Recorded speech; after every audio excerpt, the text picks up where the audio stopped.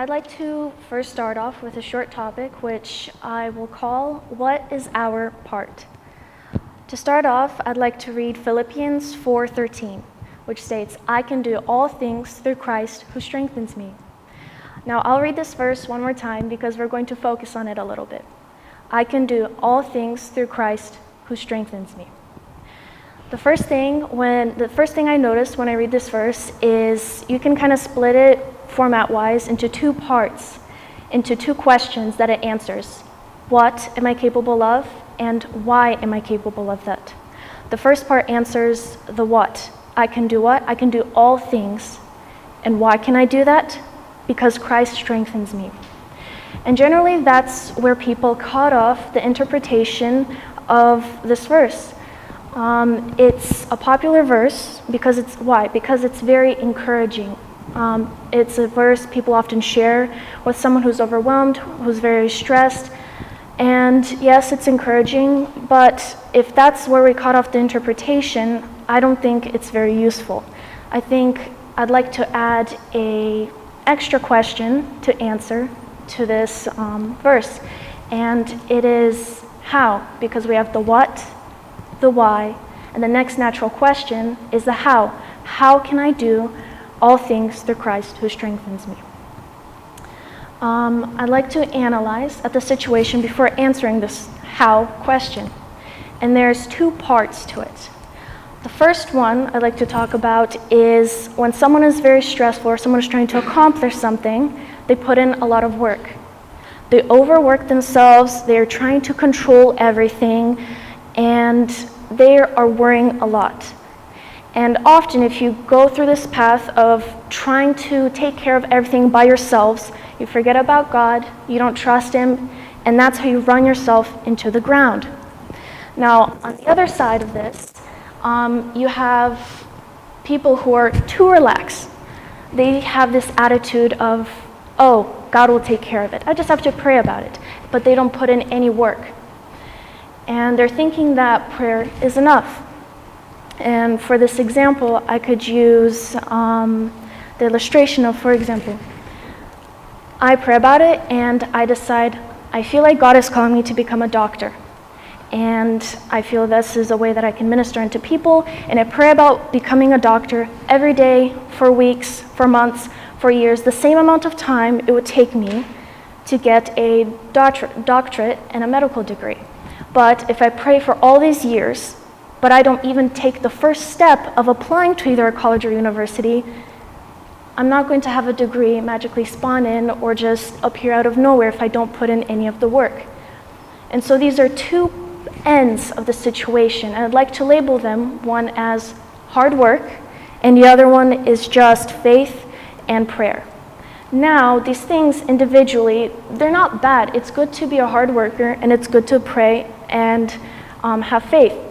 But without each other, it's simply not enough. And to illustrate this, I'm sure many of you are familiar with the example of a rowboat, where each oar or each paddle represents each side of the situation, where the right side, for example, represents hard work. If you use only that side, if you use only that paddle, you may go forward a little bit, but you're going to end up spinning in circles. Same thing with the left side.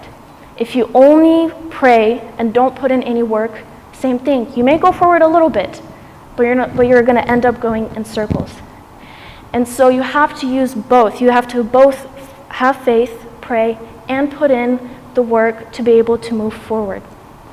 And this is the part where we have to use the skills, the opportunities, and the talents that God gives us. Because we have to remember, as we can see in the parable of the 3 servants and the talents that the master gave them, that we will be held accountable for these talents one day. We must do all that we can to the extent, and God will take care of the rest. God will fill in the blank because it is a partnership with God. We have to do our part, and we have to use the skills, we have to trust Him, and the rest, we will leave it up to God. God creates a miracle where the human ability ends. And this can be applicable in every aspect of life. in health and education. For example, it is my responsibility for taking good care of my body. I'm responsible for a healthy diet, of maintaining proper exercise, of getting proper rest, and God will take care of the rest. Same thing in education. I cannot not study, I don't take notes, and I can't expect God to help me on a test or a quiz or to be able to get that doctorate degree that previously mentioned. So, in a quote I heard before, we cannot lean on a shovel and pray for a hole. And there's this quote I like to read from Spirit of Prophecy. It's from a devotional that says, "After we have offered our petitions, we are to answer them ourselves as far as possible, and not wait for God to do for us what we can do for ourselves. The help of God is held in reserve for all who demand it. Divine help is to be combined with human effort, aspiration, and energy. But we cannot reach the battlements of heaven without climbing for ourselves. We cannot be borne up by the prayers of others when we ourselves neglect to pray, for God has made no such provision for us." And from this quote, we can see the 2 points that I talked about earlier. We have to put in the work, but we also have to pray God. We have to pray to God, and we cannot rely on others. This is This is where the concept of theory versus practice. Theoretically, we can pray for something, but if we don't practice it, we're not going to get anywhere.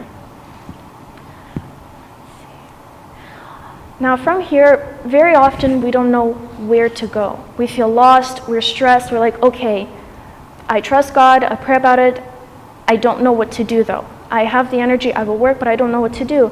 And I have another quote for this, that one of my teachers at my school, he gave us a little devotional, and this is how he simply put it. This is the motto that he told us to live by. Do what you know to do, pray, and then go to bed.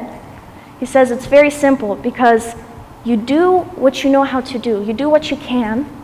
You pray about it. You trust God, and then you go to bed. Because from there, if it's out of your reach of control, you trust God with it. You trust God. So do what you know how to do, pray, and go to bed.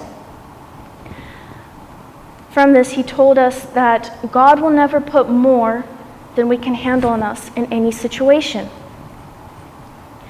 And this is a very short study, and so the closing verse is 1 Corinthians 10, verse 13. No temptation has overtaken you except what is common to mankind, and God is faithful. He will not let you be tempted beyond what you can bear, but when you are tempted, he will also provide a way out so that you can endure it. And so this concept applies, again, as earlier stated, in any aspect of our lives, in either health, education, future spouse, career, all of this, and in regards to our own spiritual lives, in regards to temptations. And so we have to put in the work, and God will do the rest. Thank you.